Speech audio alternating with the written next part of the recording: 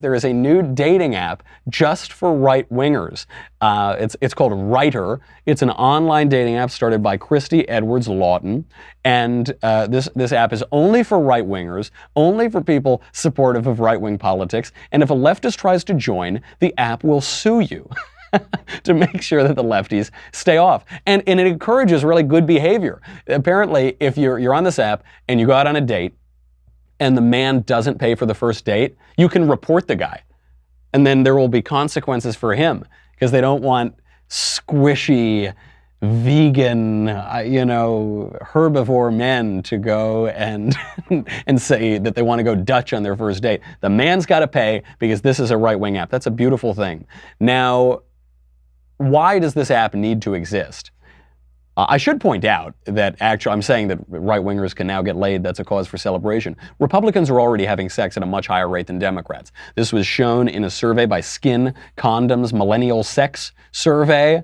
77% of young Republicans are apparently having sex at least once per week. That is compared to 68% of Democrats. So sad. Too bad for you guys. It's a lot of fun. This is what happens when you're angry all the time and you deny that the sexual difference exists, and you say that baby it's cold outside is rapey, and you say that men can't ever kiss women. This is the logical consequence, guys. Maybe you should think about this before you allow yourself to buy these absurd left-wing lines. But why does there need to be an exclusively right-wing dating app?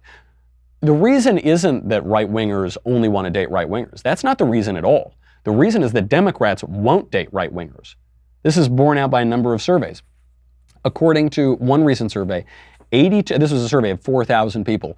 82% of Democrats said that they would not date a Republican.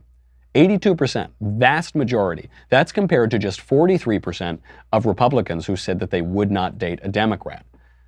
So about half as many Republicans say they wouldn't date a Democrat as Democrats say they wouldn't date a Republican.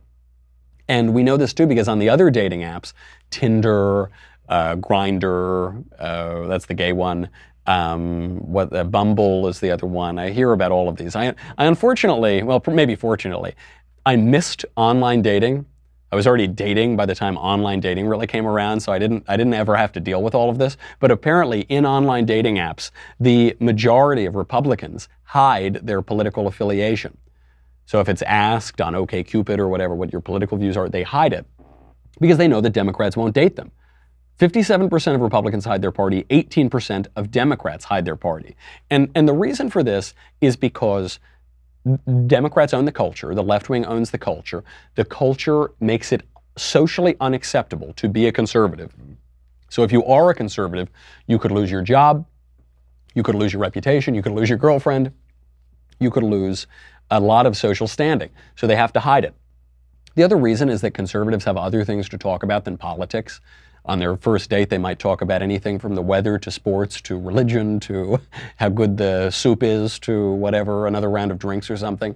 But because for the left, politics is religion and therefore it is culture and therefore politics dominates so much of the social space, it really matters to them. We know this from another number of surveys over the last few years. The left is much more likely to unfriend right-wingers on social media than right-wingers are to unfriend left-wingers. So this makes it very difficult for conservatives to get along in the dating apps. This is a great thing. I think they're going to have a fun time.